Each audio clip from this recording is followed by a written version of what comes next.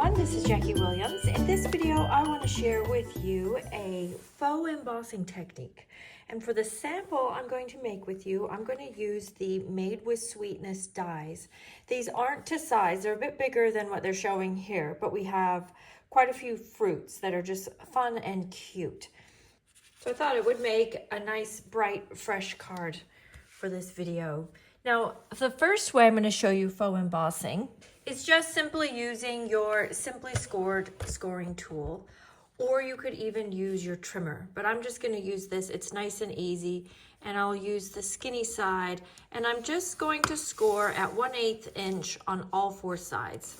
This is a really easy, inexpensive, basically free way to add a frame and a little bit of interest without adding any more layers.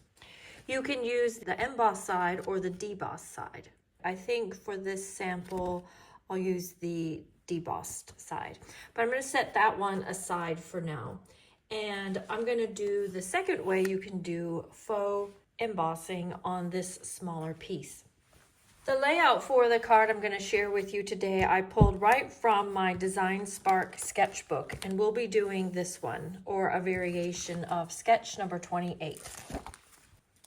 Next, I have cut just a whole pile of circles with the 1 inch and 3/4 inch punches or dies, whatever you have, and we're just going to adhere those on. Now, you could put these on in a pattern or just kind of randomly. I don't do that well with random, but I'm going to space them a fair distance apart. Now, another tip is make sure that it goes off the edges a little bit so that it looks like it's a piece cut out from a larger piece. And once that's dry, we'll just trim off the excess. You could use your trimmer for this. And there we go. That gives us our faux embossing piece. So it gives the look that we've put it through an embossing folder, but really we've just layered on elements. So this could be done with punches, or it could be done with dies, whatever you have and whatever works. So when you are limited on your embossing folders, or your embossing folder is not quite what you were wanting, you can kind of make that look with other things. So I'm going to just assemble the card quickly. This is our card base.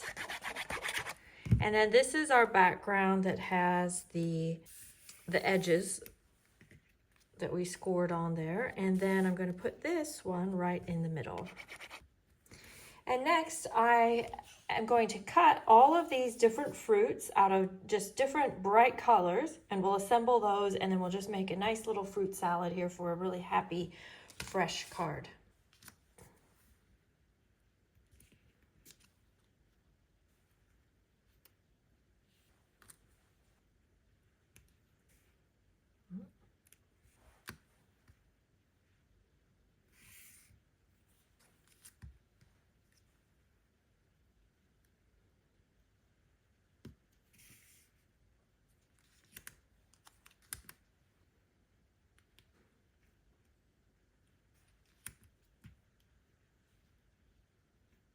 Okay, now to assemble. Actually, before we assemble, I'm going to just give this a little bit of a splatter with, this is Summer Splash in the Stampin' Blends. All right, now I'm not sure I'm going to assemble this, so just bear with me.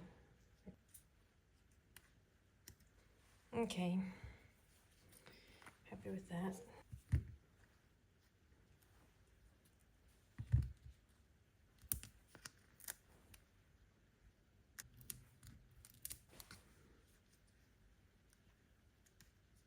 There we go, and then we'll just add our words. I just have a little black label that we'll put up here in the upper right-hand side. And then I thought it would be nice to add in these ladybug, because to bring in the red and also the black. So let's see if we can get those to work in. I think I'll just add in the one, and then maybe we'll just add in some of these clear dots. onto some of the fruit. And that is our faux embossings. We have those cute polka dots in the background. Super quick and easy when you're using your punches or your dies, just to create a unique background. Now I have some other samples to share with you as well. This one was again made with the Made with Sweetness dies, and then just various circle punches and dies. Then I made a sample with the All Aflutter stamp set and punch. Sorry, the shine's right on it. There you go. And the punch. So this one is pretty quick and easy. You just stamp and punch. So very quick. And I used the punches, the butterfly punches on Pool Party to create the faux embossed background here, and then also use the stamps with the punch for the main focal point here. So that gave me a matching and unique background. Then I also made a sample with the wonderful Scenes dies.